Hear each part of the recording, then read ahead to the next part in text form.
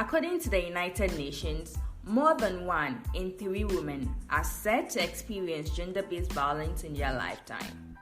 More than 5 women and girls are said to be killed every hour by someone they are very familiar with.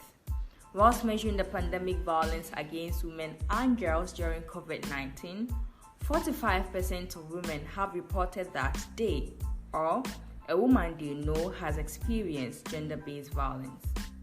7 in 10 women have said that they think verbal and physical abuse by a partner has become very common, while 6 in 10 women felt that sexual harassment in public spaces has worsened.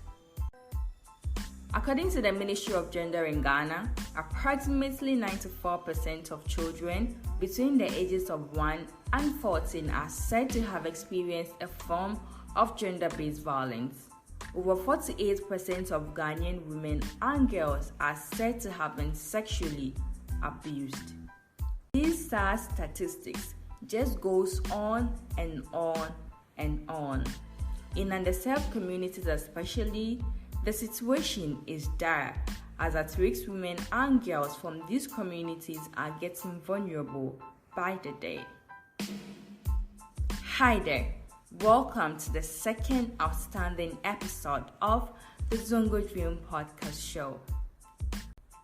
My name is Hajara Taiba, and together with the rest of the team, we bring to you the 16 Days of Activism Podcast.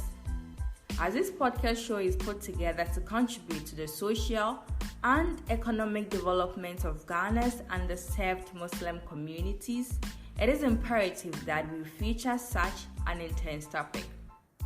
We hope you're doing well today, and we encourage that you share this podcast with your family and friends. As we start, please get your pens and notes ready because this episode is going to be very educative. Now, the 16 Days of Activism is an international civil society campaign which takes place each year from the 25th of November to the 10th of December. The campaign was inaugurated by the Women's Global Leadership Institute in the year 1991 to purposely call out for the prevention of violence against women and girls.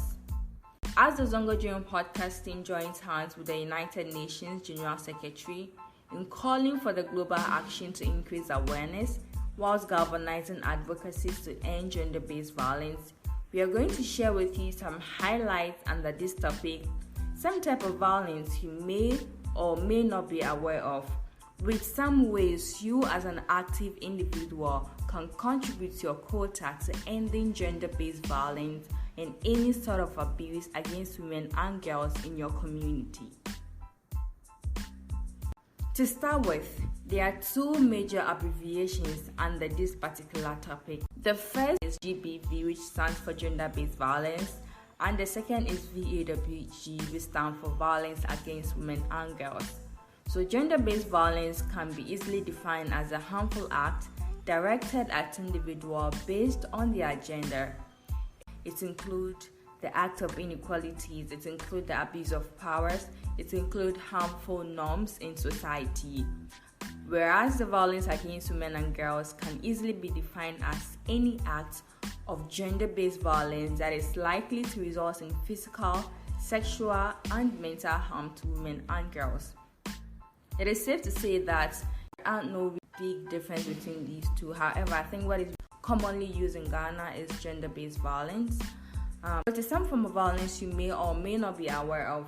Did you know there happens to be socio-economic violence? Yes, there is. There is a domestic violence. There happens to be the ones we are so aware of, the physical, the sexual, the emotional. There is also the psychological violence as well. Let's move straight to ways you can contribute your quota to ending gender-based violence, because this is one of the major reasons we are here to support you in playing a part as an active citizen, as an active youth in your community. So the first is for you to speak up and to speak out. Now, violence against women and girls is preventable only if you and I start to speak up and to speak out. Because you know why? Society has continuously shaping us to victimize the victims. The victims that are supposed to really be protected are being pointed at, are being called names. We tend to rather victimize the victims, which in another way gives the perpetrators of this act the power to keep doing what they are doing whilst they suppress us, or they suppress the people they victimize into shutting up and not telling anyone. When issues of abuse usually happens in communities or underserved society, it is best advised that we keep it in the family, we solve it. No, we don't do that anymore. We need to speak out, we need to report to authorities. The perpetrator needs to face the justice, the perpetrator needs to be sanctioned. So if I'm a bad person, right, and I keep doing bad things and you don't report me and I don't get sanctioned, no, I don't get punished for whatever I'm doing, I don't get jailed, you think I'm going to stop? No, I wouldn't stop, because I'm going to feel more powerful that, the people I'm victimizing can't do anything, their families can't do anything, because society has made it look like, it's a taboo for a girl to be raped and for everybody to get to know. Imagine a girl being raped and then the family knowing and everybody shutting up because, we don't want to make noise about it. We don't want people to point hands at our family and all that stuff. No, it is wrong. Now, the raped person needs help, professionally needs help. And the second thing is that you need to report to the authorities. You need to go to the church. You need to go to the police station. You need to get the perpetrator arrested. We need to start speaking up and to speaking out. So the second most important point today that we're going to share with you is to know the issue and then to know the signs. Because violence against women and girls takes many forms. It comes in either physical, verbal, or sexual, whatever it may be. It could also be in private, it could be public, it could be online, it could be offline. It could be on that favorite social media app of yours. It could be on Facebook, Instagram. It could have been on the Trotsky you sat in yesterday. It could be on the Trotsky you're going to sit in this morning to work or to the gym. Perpetrators could also be strangers. They could be people very closest to us. They could be our friends, our families. They could be our bosses. Usually, perpetrators are said to have more power. So when it happens like this, the perpetrator is definitely somebody who has power over the victim. So regardless of how, where, and why violence against women and girls takes place, you need to familiarize yourself with the different kinds of violence so it can help you to speak up and to speak out. Now, the third most important point is to call out for sexual harassment. For women and girls, sexual harassment is a daily experience. This I can tell you as a woman. This thing is a daily experience for us, and also to the woman listening to me or to the young girl listening to me. She knows sexual harassment is a daily experience for most of us. Harassment such as catcalling, such as online bullying, such as sexual comments, such as jokes that tends to make you feel unwelcome and unsafe. You need to start calling it out, because brushing it off tends to further normalize it. You're out there and then somebody is trying to make you feel uncomfortable. You need to voice it out that, hey, what you're doing, I don't like it, stop it. The thing about harmful norms, right? They say that when somebody is actually talking to you, you're not supposed to shout back at that person. But imagine if an older man is trying to abuse me quietly and then I'm trying to talk about it. What do you think people would say? Like, this small girl and you're insulting an old man, or this and that. But really, this old man is doing to me what he's not supposed to be doing to me. You understand? So I think it's high time we start kicking the butt of harmful norms from our communities and from our societies as a whole.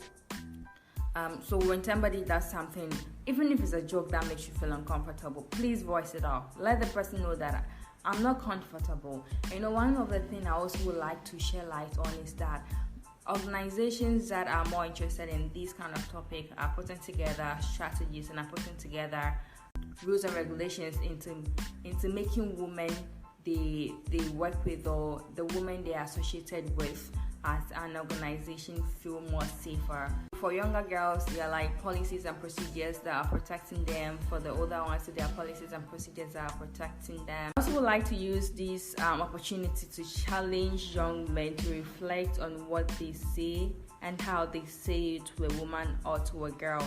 It happens that men and the society keep on telling women what they should look or how they should look, regardless of how we want to look like. It's like there is a standard set for women and girls to look in a certain way, and if you don't look in a certain way, then we're going to chastise you. And that is really being done on social media a lot, and we have men bringing these topics up, and there are crazy amount of reactions, there are crazy amount of comments, especially from women, which is very disgusting to me, really.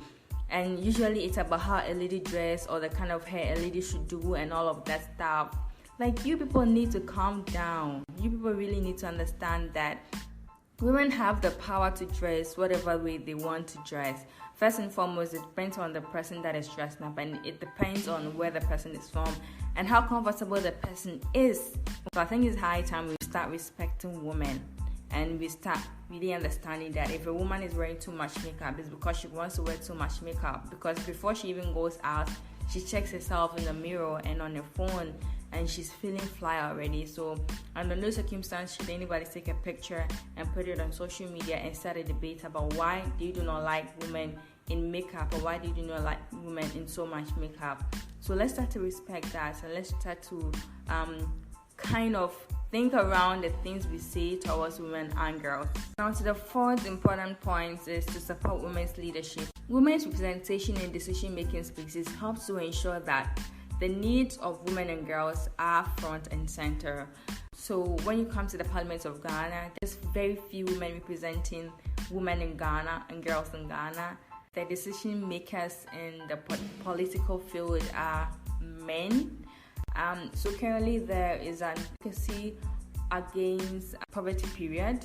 So I do imagine that if there happens to be 75% of women in the Ghanaian parliament, and there happens to be 25% of men rather, this issue I believe would definitely be taken care of by now.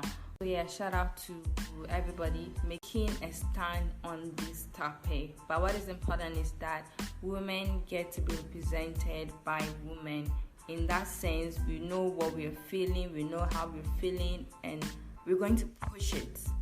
On this note, I'd like to give 3 amazing women from the Zongo communities their virtual flowers, because really they've really inspired and empowered a lot of girls and women from the Zongo community. So it's only best that we do that on this show, especially during this 16 Days of Activism Campaign. So the first person is Cobra Diamond.